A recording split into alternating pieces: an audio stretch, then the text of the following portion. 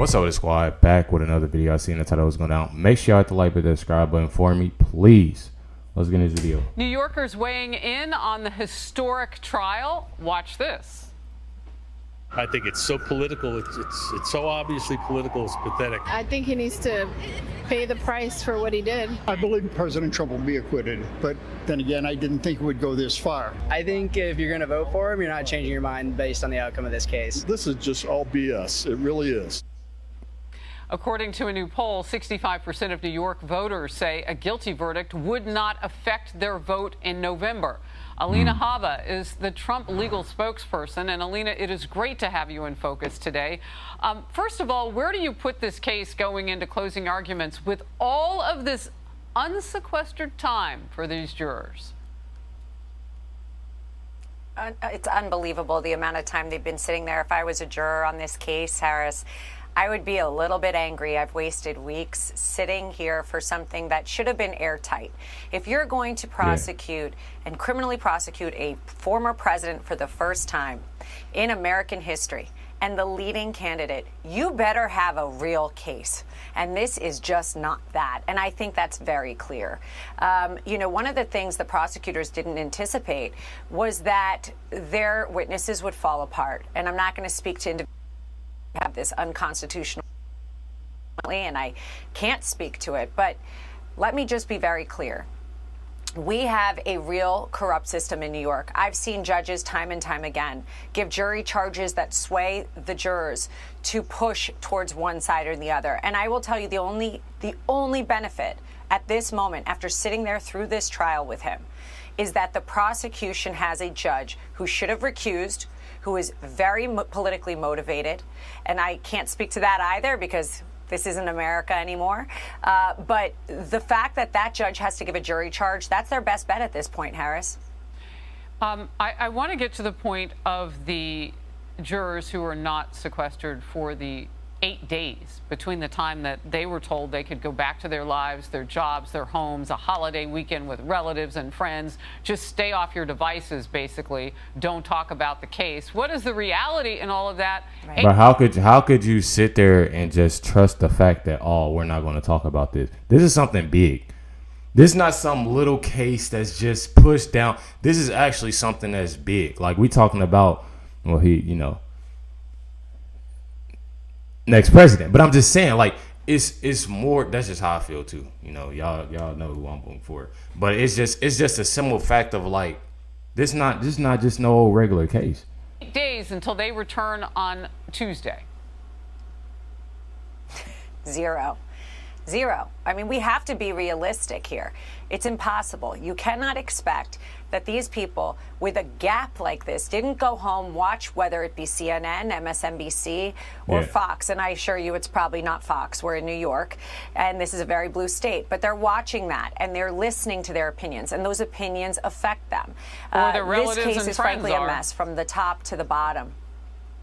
Yeah, I mean, I guess my main concern, I'm prayerful that the jury will do exactly what it's tasked to do and to keep some of that out. But they're around people who aren't keeping it out because everybody's got a cell phone. So, I mean, it's right there in your hands. So my question would be just about this whole situation.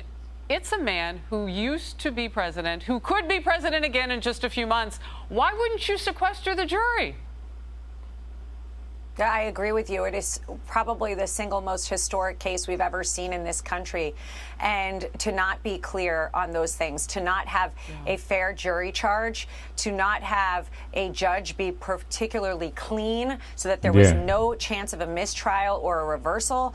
These things are fatal errors that we're seeing because the political motivation, as we've seen, Harris, to rush these trials against President Trump, to make sure they're done before the November election, and to cover it up by saying no one is above the law, that stupid little catchphrase that they love to say. Well, that's not really your political motivation because Hunter Biden's above the law. And we've seen it time and time again. House Republicans are threatening to refer Hunter Biden to the Justice Department for lying to Congress. The Ways and Means Committee voted yesterday, Alina, to release documents from his February deposition. Republican lawmakers say those documents prove the president's son, Hunter Biden, lied at least 3 times under oath. Democrats say the effort is political. But this ain't the first. You know how many Democrats done lie? I mean, I'm so tired of it. I'm so tired of the corruption and the BS that's going around. I'm so tired of it. The only defense that at the time, as I recall, when Hunter Biden and his team came up here, was that the IRS whistleblowers, and this is the Democrats' position as well, is that the IRS whistleblowers were somehow against the Biden family. And what they're trying to say is our credibility shouldn't be questioned. Here's the evidence. It does not surprise me that they want to continue to drag out the wild goose chase of the Biden impeachment investigation. He lied under oath. How is that a wild goose chase? We have testimony that the president himself was the top, was the boss man, whatever the term was. We've seen checks. Just because you use 17 shell companies doesn't mean you're not part of the corruption and fraud. We have no time for this in politics. And instead, they're going after Trump for a books and records keeping violation that he didn't even do. He was in the White House, and trying to make it criminal when it's at best a misdemeanor. You know who did a worse crime? A higher class crime? Hunter Biden. And then to lie to Congress. But there is people above the law in this country. It is anybody who's a Democrat, anybody who's part of this regime, and they're not treated the same. So I really hope they hold his feet to the fire. I hope that they make him accountable. It doesn't matter if you're the president's son, but here in this country, we are seeing a dual system of justice. This is a perfect example of it, Harris. Well, and what you're talking about, too, has national security implications because his father was vice president as some of the crimes that he's accused of committing, Hunter Biden, were taking place. And whether or not that would make his dad vulnerable to extortion or anything out of embarrassment. Alina Habba, thank you so much. Wow, that's crazy, y'all. Y'all let me know y'all thoughts and comments down below. But just this whole situation with, Democrat, I get tired of it.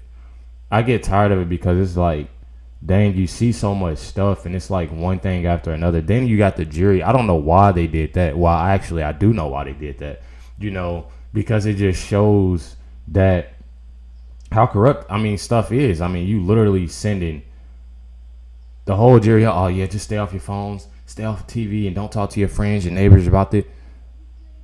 You're talking to a whole bunch of people basically saying that 9 times out of 10, you're going to talk about it. You're going to see what's online. You're going to see this. You're going to see that.